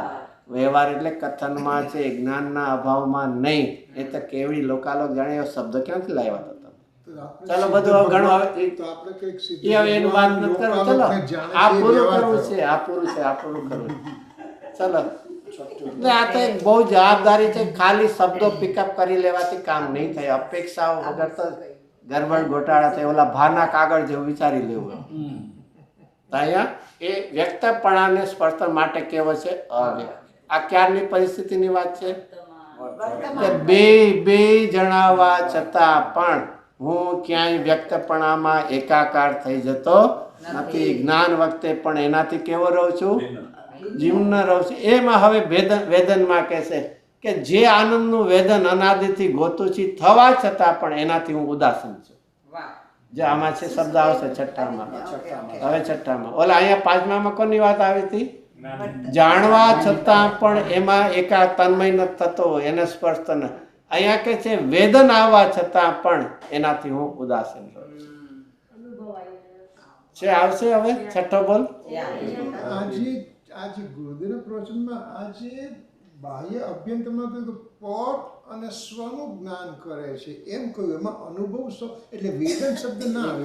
એક મિનિટ અહીંયા અનુભવાઈ રહ્યો છે એમાં વેદન છે. વેદન શબ્દ બોલ્યા પછી તમે હજી બીજા પ્રવચનમાં જશો. અનુભવ એટલે ઓલા જ્ઞાનની વાત. અચ્છા, અનુભવમાં શું લેશો? તો જ્ઞાન તો આવી ગયું આગળ. તો એમાં છઠ્ઠામાં પણ જ્ઞાન જ લીધું. એ જ કહું છું બીજા પ્રવચનમાં લેજો તો અહીંયા વેદનની વાત. એટલે આજે મૂક્યું એમાં છઠ્ઠા પ્રવચન એટલે આમાં જો કોઈ પ્રવચનમાં કોઈ સ્પષ્ટતા કોઈની કોઈ રીત નહીં આવતી હોય, પણ અહીંયા છઠ્ઠા બોલમાં હવે કોની વાત આવે છે? વેદનની વાત આવે. અનુભવમાં છે ને, અનુભવમાં શું લેવાય? અનુભવમાં વેદન આવે છે, જ્ઞાન આવે છે. હજી એક શબ્દ લઉં, શું આવે? ચારિત્ર્ય પણ આવે. એક શ્રીમદીના આવે છે ને, અનુભવ, લક્ષ, પ્રતીત. હા, તો હવે એક નો અર્થ કરો. લક્ષ, અનુભવ, પ્રતીત એટલે શું? અને લક્ષ એટલે તો અનુભવમાં હું લેશું? એક અનુભવ છે ને, એક સામાન્ય એક પરિસ્થિતિ છે. એમાં કયા ગુણની મુખ્યતાથી કરશો? તો કે આનંદનો મને અનુભવ થયો, જ્ઞાનનો અનુભવ થયો, અને આ રીતે ચારિત્રમાં પણ કસાય. તો એ એક અનુભવ, એક પરિસ્થિતિ જેને કહે. અને એમાં દરેક ગુણની કોઈની મુખ્યતાથી તમે, કારણ કે અનુભવના કાળે જ આ બધા ગુણોની અંશે પરિણતિ શરૂ થાય છે. અને એટલા માટે એ અનુભવ જુદા જુદા અર્થોમાં હોય. ચલો હવે અહીંયા પહેલો સિદ્ધાંત આચાર્યદેવ આપે. કયો સિદ્ધાંત? પેલા શબ્દો. તને તારો અનુભવ પોતે પોતાથી થશે, કોઈ નથી નહીં થાય. પેલું તો એ સિદ્ધ કરવું. અહીંયા તો આપણને મને કોક કરાવી દેશે નહીં. એ જ કીધું આજે ગુરુદેવ કે તમે એમ થાય કે ગુરુ કરાવશે, દેવ ભક્તિ કરાવશે. હા, તો સારું ને, કોઈ કરાવી દે તો આપણું કામ એટલું ઓછું. એમાં શું છે? ના, આ એક બહુ જ એક શબ્દનો વિચાર. પહેલું તો અહીંથી શરૂઆત થવી જોઈએ. જીવને પરાધીનપણે સાધના કરવી છે, કોઈ દી નહીં થાય. સ્વાધીનપણે તને સાધના થશે. તો અહીંયા પોતે પોતાથી જ, પોતે પોતાથી જ. પોતે એટલે કોણ?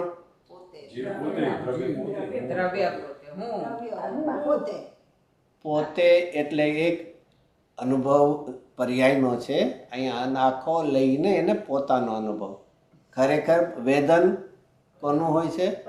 પર્યાયનું. પણ એને અભેદ કરીને પોતે, અને પોતે એ કે પોતાની સ્વાધીનતા દેખાડે. અને હંમેશા અનુભવ કોનો હોય? પોતાનો જ હોય. પોતાથી બહારના કોઈનો અનુભવ ન હોય. પોતે એટલે કે પ્રમાણનું દ્રવ્ય અહીંયા લેવાનું. એટલે હા, એટલે પોતે પોતાથી એટલે અહીંયા આખો પદાર્થ પોતે. બાકી ફરીથી એમાં મુખ્યતા શું છે?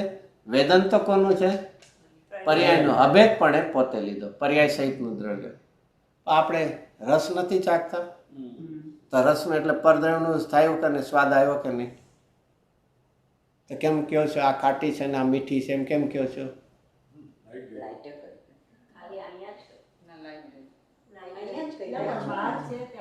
સ્વાદ બોલ કેવું પડશે? આને કંઈક કરતો છે ને બહાર.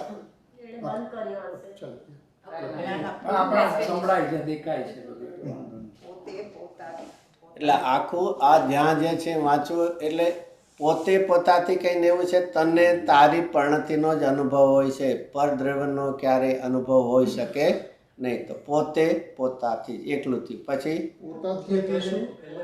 પોતે સ્વયં પોતે એટલે પોતાના જ પુરુષાર્થથી, પોતાના જ કાર્યથી. એમ કોઈ એક કરાયું છે એમ નથી. પોતાથી સાધન, સાધન પોતે અને પોતાથી એટલે સાધન. કોઈ બીજાથી નહીં, બીજાના કારણે નહીં, બીજાની મદદથી નહીં.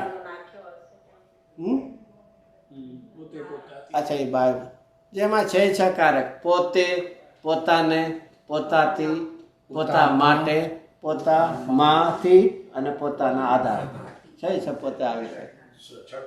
હા, તો પોતે પોતાથી જ. હવે ક્યાં બે શબ્દો છે? બાહ્ય અભ્યંતર. અને બાહ્ય એટલે પર્યાય અને અભ્યંતર એટલે દ્રવ્ય. તો પોતે પોતાથી જ બાહ્ય એટલે પર્યાયનો અનુભવ દ્રવ્યના લક્ષ્ય, એનું નામ બાહ્ય અભ્યંતર. બાહ્ય એટલે પર્યાયનો અનુભવ. આના પછી ને બાહ્ય અભ્યંતર અનુભવવા રહ્યો છે ને, સ્પષ્ટ. અનુભવ તો સ્પષ્ટ છે, વેદન સ્પષ્ટ છે. તો બાહ્ય અનુભવ એટલે પર્યાયનો અનુભવ અને અભ્યંતર એટલે દ્રવ્યના લક્ષ્ય. પોતે પર્યાયનો અનુભવ અને અભ્યંતર એટલે દ્રવ્યના લક્ષ્ય. લક્ષ્ય એટલે એ દ્રવ્યને માટે અભ્યંતર શબ્દ છે અને પર્યાયને માટે બાહ્ય શબ્દ. તો પોતે પોતાથી જ એટલે કે પર્યાયનો અનુભવ એને અભેદ કરીને પોતાનો. તો પોતે જ અનુભવમાં આવ્યો, બીજો પડદ્રવ્ય નહીં. અને કોનાથી આવ્યો? પોતાથી. પોતાના સાધન નામના ગુણ છે. તો પોતે પોતાથી જ બાહ્ય અભ્યંતર. ત્રિકાળી દ્રવ્યની અપેક્ષાએ પર્યાયને કેવી કીધી? બાહ્ય. અહીંયા હજી તો કોઈ પડદ્રવ્યની વાત જ નથી, કારણ કે વેદનની વાત છે. તો પર્યાય એટલે દ્રવ્યની અપેક્ષા. દ્રવ્યને અભ્યંતર કહો તો એને બહિરંગ કહે. એને બાહ્ય, જેમ પહેલા બોલમાં ગુરુદેવ એડ કર્યો હતો ને કે આ જ્ઞેય કેવા છે? બાહ્ય છે, વ્યક્ત છે. અને હું કેવો છું? જ્ઞાયક છું, અભ્યંતર છું અને તેટલા અવ્યક્ત છે. એમ અહીંયા બાહ્ય અભ્યંતર પછી શબ્દ કયો છે? સ્પષ્ટ અનુભવાઈ રહ્યો હોવા. અનુભવ કેવો હોય? પ્રત્યક્ષ અને પરોક્ષ. અનુભવ પ્રત્યક્ષ જ હોય. કેમ? તમે કઈ લ્યો, તમે વસ્તુ ખાઓ અને મને એનો સ્વાદ આવે, એમાં શું ફરક? કે સ્વાદ એને પોતાને પોતાનો. સ્પષ્ટ વેદન હંમેશા પડે. પ્રત્યક્ષ પરોક્ષ માત્ર કોને લાગુ પડે? જ્ઞાન. તો અહીંયા સ્પષ્ટ અનુભવાઈ રહ્યો, પછી હવે જો હોવા છતાં આવશે, આવ્યો ને આમાં પણ. જો આનો અર્થ શું થયો? આનો અર્થ શું થયો? કે આવી એક પરિસ્થિતિ તો છે. શું પરિસ્થિતિ છે? જેમ જણાઈ રહ્યો પ્રતિભાસે છે, વ્યક્ત અને અવ્યક્ત પ્રતિભાસે છે, એમ આ પણ એક પરિસ્થિતિ છે કે એ જ્યારે જ્યારે આ જ્ઞાનીની દશા છે ત્યારે અનુભવાઈ રહ્યો છે. ફરીથી કોણ? પોતે પોતાથી. એટલે એને અમને કેનું છે? સ્વાનુભવ કહીએ છીએ, સ્વસંવેદન કહીએ છીએ. આવે છે ને પાંચમી ગાથામાં શું શબ્દ છે? આવું સ્વસંવેદન અનુભવ. નિરંતર જડતો આસ્વાદમાં આવતો છે ને, નિરંતર જડતો આસ્વાદમાં આવતો પ્રચુર સ્વસંવેદન સ્વરૂપ. તો સ્વ છે ને, વેદન તો સ્વ આવ્યું છે ને, એનું નામ પોતે. તો પોતે પોતાથી જ બાહ્ય અભ્યંતર સ્પષ્ટ અનુભવાઈ રહ્યો હોવા છતાં આ એક પરિસ્થિતિ હવે કે છે. તો એમાં જેના લક્ષ્ય અનુભવ એ કેવો છે? કેવો છે? શું કામ અવ્યક્ત છે? હોવા છતાં પણ શું કહેવાય? વ્યક્તપણાથી ઉદાસીનપણે પ્રદ્યતમાન છે ને. એમાં મૂળ શબ્દો છે. હોવા છતાં પણ વ્યક્તપણા પ્રતિ. વ્યક્તપણા પ્રતિ એટલે જે પર્યાયનું આનંદનું વેદના એના પ્રતિ. ઓલામાં જ્ઞાનની પર્યાય હતી અને અહીંયા આવે કોની આવી? વેદન. બે સાથે જણાવવા છતાં જ્ઞાનની પર્યાયથી હું કેવો છું? હું એટલો માત્ર એને સ્પર્શતો નથી ન્યા. અને અહીંયા શું છે? કઈ પર્યાય લીધી? આનંદની લીધી. વેદનની, આનંદની. પોતે પોતાથી બાહ્ય અભ્યંતર સ્પષ્ટ અનુભવાઈ રહ્યો હોવા છતાં એક વાત આવી ગઈ. હવે કે છે એ આનંદની પર્યાય પ્રતિ, વ્યક્તપણા પ્રતિ ઉદાસીનપણે પ્રદ્યત. હું કેવો રહું છું? એનાથી પણ કેવો છે? ઉદાસીન. હવે જેનાથી જે ઉદાસીન હોય કેવો હોય? એમાં એકમેક હોય કે તેનાથી જુદું? હું મને આ સંસારથી ઉદાસીનતા થઈ, પણ હજી એમાં એકાકાર રહેવું પડતું. એની ઉદાસીનતા. ઉદાસીનતા કોને બતાવે છે? ભિન્નપણા. તો આવો અનુભવ જો એક બહુ વિચારવા જેવું, એ ત્રિકાળી દ્રવ્યની કેવી અંદર હોય કે એક સમયની પર્યાય, જેને માટે હું ક્યારથી મહેનત કરું છું? ક્યારથી? ક્યારથી? કોની વાત કરી? અહીંયા ત્રિકાળી દ્રવ્ય જે છે તો એને હું સુખને માટે ક્યારથી મહેનત કરું છું? મહેનત કરવી પણ અનુભવ નથી આવે. એક જુદી વાત, પણ મહેનત ક્યારથી કરું છું? સુખ માટેના ફાંફા તો બહુ હા, આવે છે. ક્યારથી?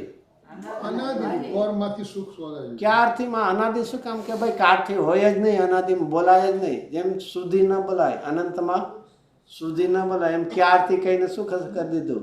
શરૂઆત થતા. એટલે શબ્દો છે બધા આવા એક્ઝેક્ટ આવા હોવા જ ખબર કે ક્યારથી, એનો એટલે શું કહે? તમે ક્યારથી આવા છો તો એની શરૂઆત દેખાડશે, અને તમે ક્યાં સુધી રહેશે એનો અર્થ શું છે? મર્યાદા દેખાડશે. તો અનાદિથી જેના માટે હું પ્રયત્નશીલ છું, ગુજરાતીમાં કહીને ઝંખું છું, ડેસ્પરેટ છું, એ અનુભવમાં આવવા છતાં પણ જ્ઞાનીની દ્રષ્ટિમાં એ આનંદની અધિકતા છે કે ત્રિકાળીની મય? અને તો પછી એનાથી પણ કેવો છે? ઉદાસીનપણે. અને પાછો શબ્દ હવે શું આપ્યો? તો એનાથી ઉદાસીન છું માટે અવ્યક્ત છું, પણ મારાથી જોવો તો હું ઉદ્યોતમાન. બે રીતે આવી ગયું. તો પાંચમા છઠ્ઠામાં એકમાં જ્ઞાન લીધું, એકમાં વેદન લીધું, એટલો ફરક. એમ જ છે, એ મોટો ફરક છે ને. પણ અને એ પણ લીધું જ્ઞાન સાથે વેદન છે. પણ અહીંયા કહે છે જ્ઞાન પ્રતિ પણ એનાથી ભિન્ન છું, સ્પષ્ટ નથી. અને અહીંયા આનંદ આવ્યો, અને તો પણ એનાથી હું કેવો છું? એ જ છે. એક સમયની પર્યાયમાં એકાકાર નથી જતા જ્ઞાની. દ્રષ્ટિ એમાં નથી. એના પ્રતિ પણ, વ્યક્તપણા પ્રતિ પણ કેવો છે? ઉદાસીન રહે છે. એ દ્રવ્ય સ્વભાવ પણ એનાથી ઉદાસીન એટલે ભિન્ન રહે છે. અથવા જ્ઞાની પણ એક સમયની પર્યાયમાં સર્વસ્વપણું નથી માની આખી હા. તો એને પેલું એનાથી પણ ત્રિકાળી દ્રવ્ય કેવું છે? ઉદાસીન. અને ઉદાસીન એટલે શું કે એમાં એકાકાર કે એનાથી ભિન્ન? તો બસ ભિન્ન થયું. તો એ કેવું છે? વેદનમાં આવે છે માટે વ્યક્ત છે, અને હું એનાથી ભિન્ન છું, વેદનમાં આવતો નથી માટે કેવો છું? અવ્યક્ત. જે વેદનમાં આવ્યું, જેમ કસાય ભાવ વેદનમાં હતો ને, એ તો આકુરતાનું. અહીંયા કેવું છે? આનંદનું વેદન. તો એ આનંદનું વેદન છે, તો એ તો કેવું થયું? વ્યક્ત થઈ ગયું. ખબર? અને છતાં એનાથી હું કેવો છું? ઉદાસ. એમાં એક રૂપિયામાં હું વહી નથી જતો, એકરૂપ નથી થઈ જતો એની સાથે. અને તો એને તમે વેદનને વ્યક્ત કહો છો, તો એનાથી હું ઉદાસીન એને શું કહેશો? અવ્યક્ત. અને સાથે એ પણ કહી દીધું કે આ રીતે હું અવ્યક્ત હોવા છતાં પણ હું મારાથી કેવો છું? ઉદ્યોતમાન. ઉદ્યોતમાન એટલે પ્રગટ, પ્રકાશરૂપ છે ને એમાં. એટલે બે વાત લીધી કે આટલા બધા બોલમાં લઈ લીધું એમને, એટલે માની ન લેતો હું સર્વથા કેવો છું? અવ્યક્ત છું, જણાય નહીં એવો છું, ને ક્યાંક છુપાયેલો છું, ને ક્યાંક ગોતો, એવું નહીં. અને છતાં હા અદ્રશ્ય છું એમ નથી. મારાથી જોઉં તો હું કેવો છું? હાજરા હજુર છું. હું વ્યક્ત, પ્રગટ, પરાય જેટલો નહીં, જેવો નહીં, પણ મારા અસ્તિત્વથી મને.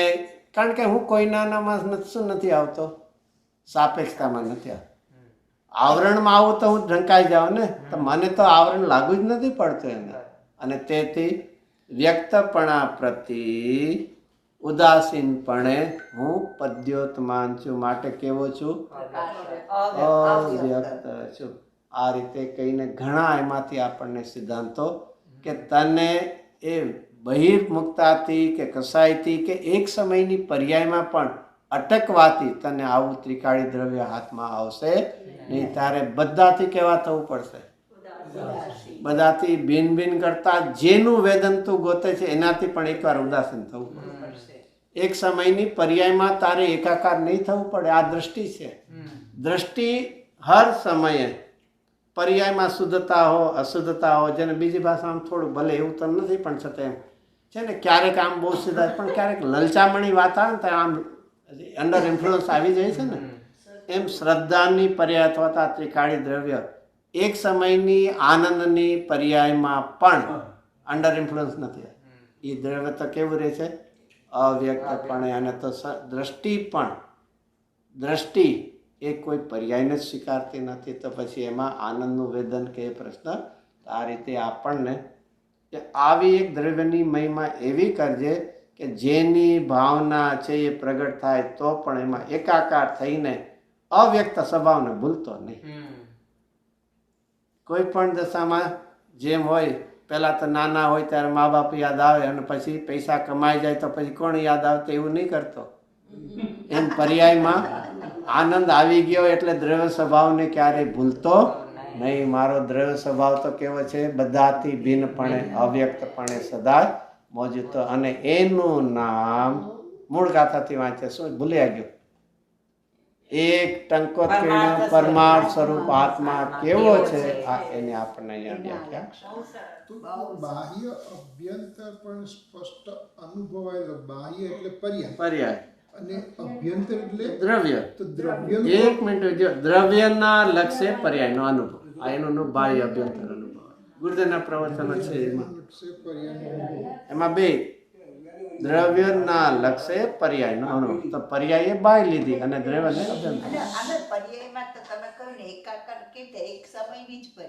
એટલા માટે દ્રવ્ય પર્યાયના પ્રવાહમાં વયું નથી જતો, એ એકમેકપણે સદાય ટકી રહે છે, એટલે એ અવ્યક્ત છે. અને આનો મિનિંગ શું કરે? પ્રદ્યોતમાં, પ્રકાશમાં. પ્રદ્યોતમાન એટલે પ્રકાશમાન અર્થ થાય, વ્યક્તપણે. મારાથી હું વ્યક્ત છું, પ્રદ્યોતમાન. પણ આ બધા જ્ઞેય ભાવોથી, વિભાવ ભાવોથી, એક સમયની બધી પર્યાયથી ચાહેશો એનું મને જ્ઞાન થાય કે એનું વેદન થાય, અને છતાં એનાથી હું કેવો રહું છું? જુદો રહું છું, ઉદાસીનપણે જુદો રહું છું. માટે એ વ્યક્ત છે તો હું કેવો છું? બહુ સરસ કરાય. ઉદાસીન એટલે સમાન ભાવ.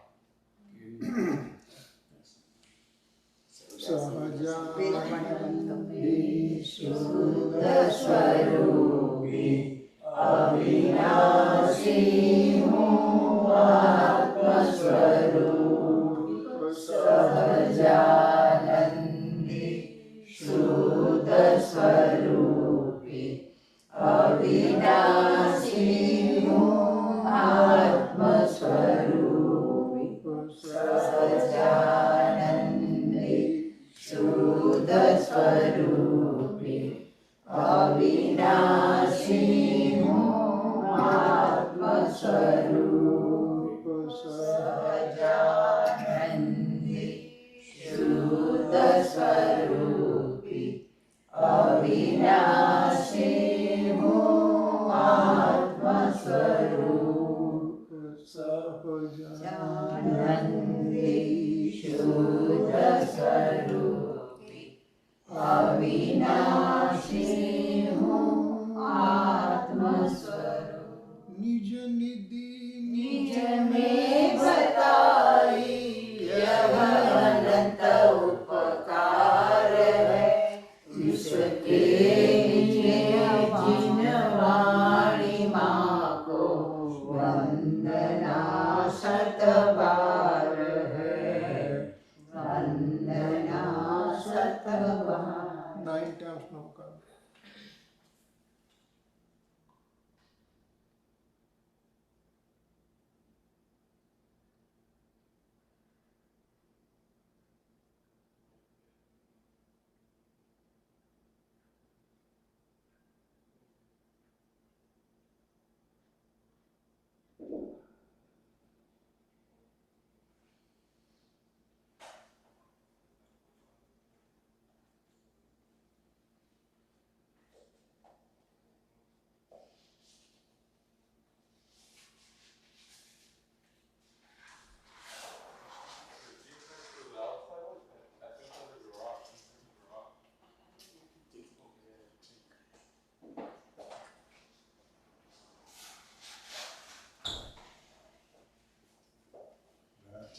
અંતર્મુખ મુદ્રાવંત સર્વ જીનેશ્વર દેવનો જય હો.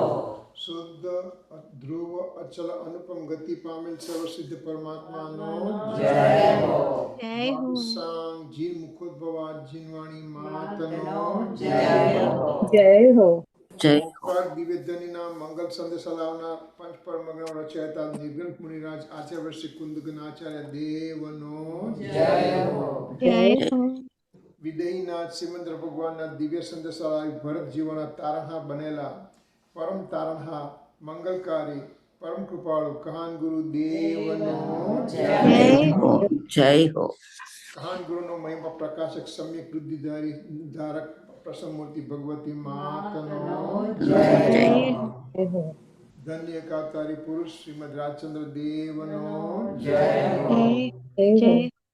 નિત્ય જ્ઞાન દાતા સહજ શુદ્ધ ત્રિકા કારણ શુદ્ધ નિજ પરમાત્મા દેવનો